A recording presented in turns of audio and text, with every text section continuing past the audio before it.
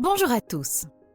Nous parlons généralement beaucoup du succès, mais nous parlons rarement de l'échec et des problèmes. C'est pourquoi j'ai décidé aujourd'hui de parler d'un livre intitulé « L'obstacle et le chemin » écrit par Ryan Holiday.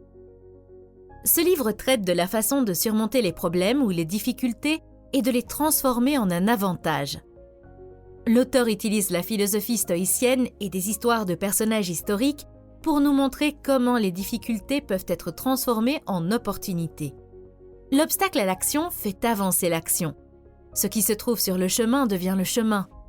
C'est l'idée centrale de la philosophie stoïcienne.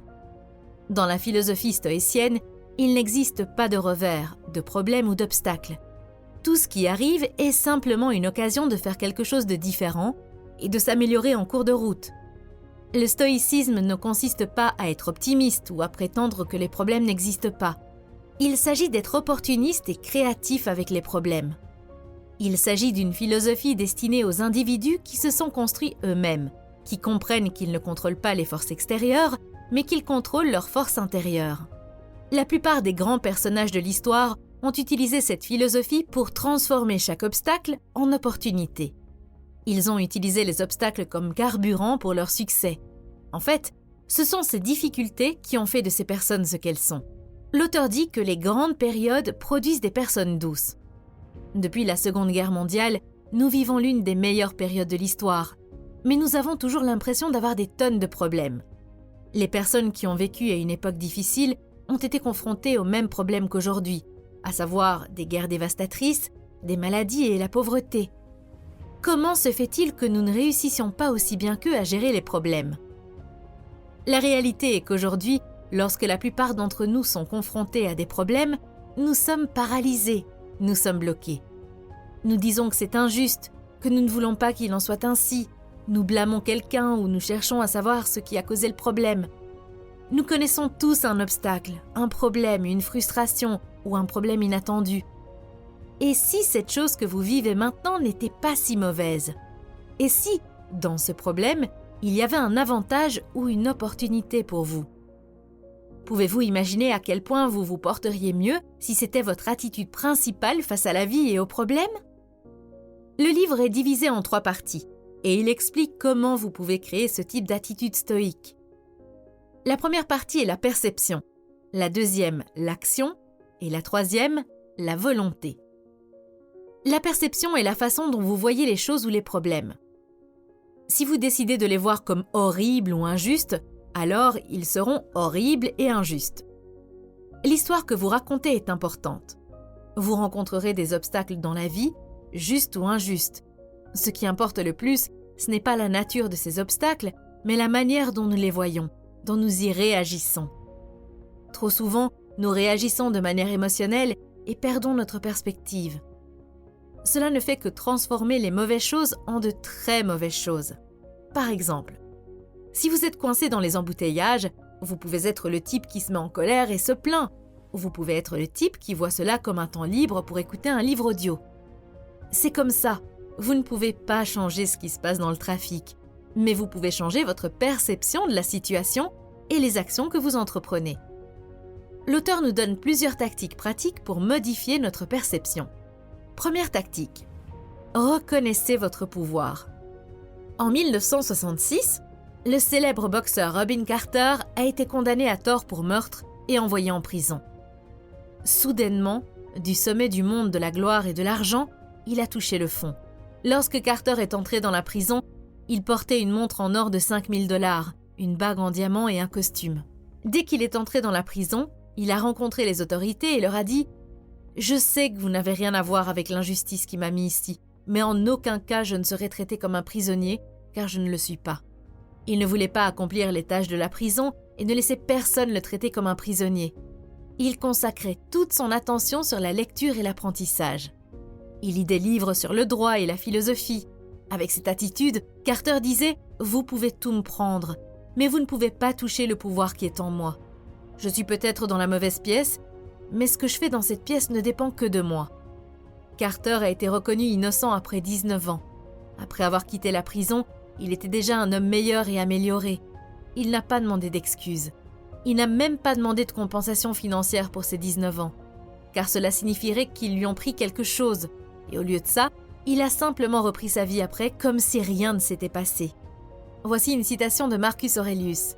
« Choisissez de ne pas être lésé et vous ne serez pas lésé. Ne vous sentez pas lésé et vous ne l'avez pas été. » Deuxième tactique. Restez objectif. L'auteur explique que l'objectivité consiste à retirer le « vous » de toute situation. Imaginez que vous n'êtes pas impliqué. Si quelqu'un d'autre était confronté au même obstacle, quel conseil donneriez-vous ? Avez-vous remarqué à quel point nous sommes objectifs lorsque nous donnons des conseils à un ami ? Votre ami se plaint et se sent stressé, mais vous voyez que le problème n'est pas aussi grave qu'il le pense. Vous êtes capable de voir les choses beaucoup plus clairement et objectivement lorsque vous donnez des conseils à votre ami. Mais nous ne pouvons pas faire la même chose avec nos propres obstacles. Alors, sortez de la situation et faites comme si cela arrivait à quelqu'un d'autre. Troisième tactique. Contrôlez vos émotions. Les obstacles nous rendent émotifs, mais la seule façon d'y survivre ou de les surmonter est de garder ces émotions sous contrôle. Si une émotion ne peut pas changer l'état ou la situation à laquelle vous êtes confronté, il s'agit probablement d'une émotion inutile ou, très probablement, une émotion destructrice. Personne n'a parlé de ne pas les ressentir. La véritable force réside dans le contrôle des émotions et non dans le fait de prétendre qu'elles n'existent pas. Inconsciemment, nous devrions constamment nous poser cette question. Est-ce que j'ai besoin de flipper pour ça ? Quatrième tactique. Changez votre perspective. Lorsque vous pouvez décomposer une chose ou la regarder sous un nouvel angle, elle perd son pouvoir sur vous. Habituellement, lorsque quelque chose ne va pas, votre première réaction est de vous sentir bouleversé ou en colère. Par exemple, votre train a du retard à cause des travaux et vous commencez à vous dire « Pourquoi ces choses m'arrivent toujours ?» Vous commencez à vous sentir en colère. Mais regardez la situation sous un angle différent. Êtes-vous le seul dans le train ? Est-ce que cela n'arrive vraiment qu'à vous ? Tous les autres passagers du train sont également en retard. Il n'y a pas que vous. Laissez-moi vous donner un autre exemple. Vous vous rendez à un entretien et vous êtes rejeté, et vous avez l'impression qu'ils n'ont pas vu à quel point vous êtes bon, ou qu'ils n'ont pas apprécié vos compétences. C'est un sentiment familier pour la plupart d'entre nous. Mais regardons-le un instant sous un angle différent. Le processus d'entretien est un obstacle pour l'intervieweur également.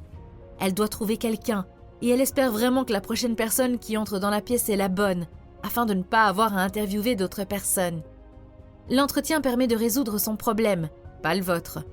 Si nous changeons notre perspective et essayons d'être la solution au problème de l'intervieweur, je suis sûre que notre approche et le résultat seraient très différents. La perspective est importante, mais cela ne signifie pas qu'une fois que vous aurez changé votre perception, tout sera rose et ensoleillé. Nous devons encore agir, ce qui nous amène à la deuxième partie. Cette partie s'ouvre sur l'histoire de Démosthène, l'un des plus grands orateurs de l'histoire. Mais enfant, il était maladif et fragile, avec un trouble de la parole presque débilitant. Il était l'enfant maladroit dont tout le monde se moquait. Mais il a fait quelque chose à ce sujet. Pour surmonter son défaut d'élocution, il remplissait sa bouche de cailloux et s'entraînait à parler. Il répétait des discours complets dans le vent ou en courant sur des pentes raides. Il s'est même enfermé sous terre afin de s'instruire. Tout cet entraînement allait porter ses fruits et faire de lui l'un des plus grands orateurs d'Athènes. Alors qu'un universitaire lui a demandé un jour quels étaient les 3 traits les plus importants de l'art oratoire, sa réponse fut « action, action, action ». Parfois, nous agissons, mais à un moment donné, nous nous sentons bloqués à cause des règles et des règlements. Nous essayons trop de faire les choses selon le manuel. L'auteur dit que parfois, il faut faire abstraction du manuel. Ce qui est juste est ce qui fonctionne. Dans le livre, il y a une belle histoire sur 2 entreprises fruitières qui voulaient acheter le même terrain dans la jungle d'Amérique du Sud. Mais le problème était que 2 personnes différentes revendiquaient la propriété du terrain et il n'était pas possible d'identifier le propriétaire légitime. L'une des entreprises était grande et puissante et l'autre très petite mais très intelligente.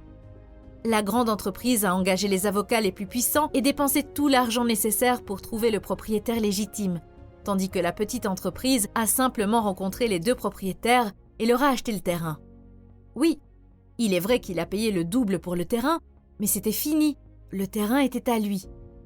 Plus tard, cette petite entreprise a voulu construire un pont sur la rivière pour transférer les fruits d'un côté à l'autre, mais la grande entreprise a commencé à les arrêter en imposant des lois et des règlements.